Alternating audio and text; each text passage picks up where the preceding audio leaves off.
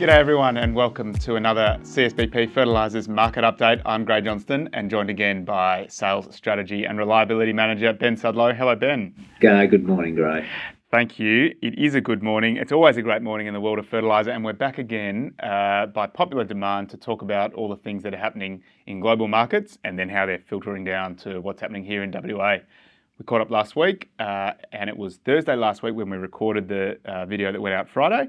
And at that time, there was some whispers and murmurs around potential escalation of tensions in between Iran and Israel. What's happened since then, Ben? Well, as normal, Grey, we try and give a balance of what may happen that pushes prices up and pushes prices down. And as we sat through Friday, knowing that we had recorded on the Thursday, and then there was messages coming through that it seemed that there'd been retaliatory action by Israel back on to Iran from the week before, which is exactly what we'd spoken about as potential the day before.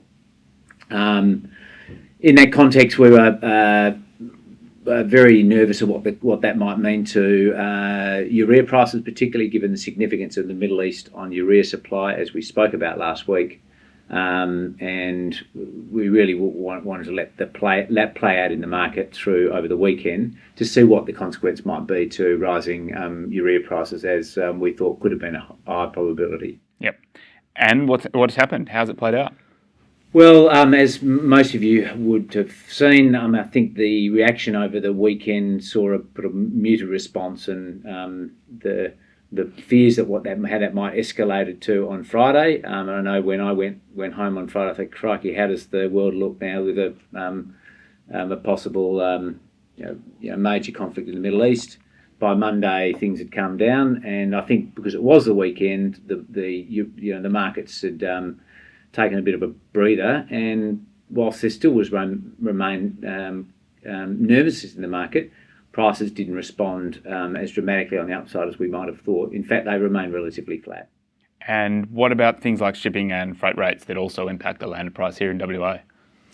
Look, we as we spoke last week, we're still in the process of fixing more shipments, and the balance of pricing out of the Middle East, risk out of the Middle East, freight rates, what had been a fairly soft dollar in the last 5-6 days, albeit it jumped up a bit this morning.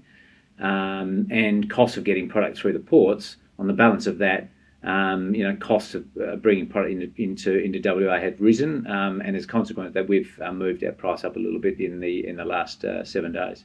And looking ahead to things that could impact markets over the next month or so, which is probably getting to the tail end of the relevant purchasing period for WA, anything else happening that could affect the global market? Compared with when we spoke last week, there's evidence to suggest that there's more urea being produced internally in India than what might have previously be thought. Hence, there's perhaps an expectation that lesser volume will need to be imported. Now, what might that mean from an economic point of view, Grey?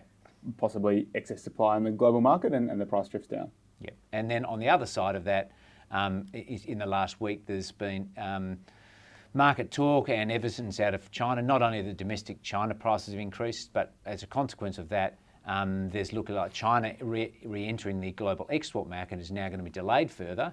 And in that context, what that might mean, Mr. Economist Grey? Probably, can we stop doing that? Probably in the near term, that excess supply in the seaborne market might not be there, and so near-term pricing might be a bit tighter. Yeah, and look, in that context, we're now looking at those last cargoes. Let's just say we've got 30% of our volume to go.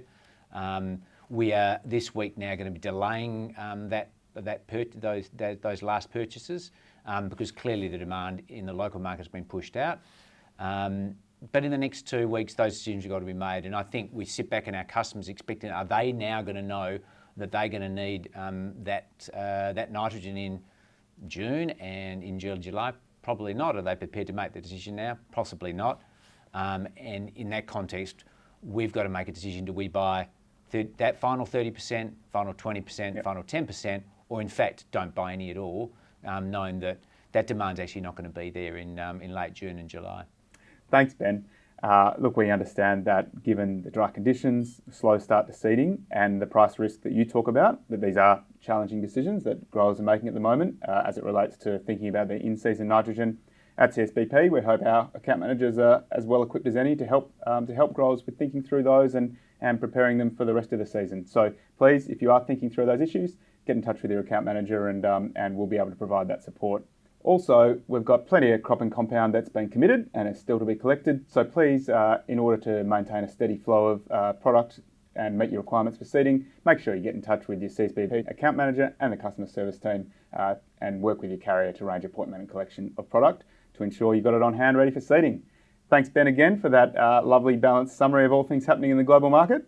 And thank you all out there in fertiliser world. We'll see you all next time. Bye-bye. Cheers, Greg. Bye-bye. This podcast is provided as general information only. The content of this podcast is not a recommendation and has been prepared without taking your objectives or circumstances into account. Before acting on the content of this, you should consider its appropriateness to your circumstances and seek independent advice.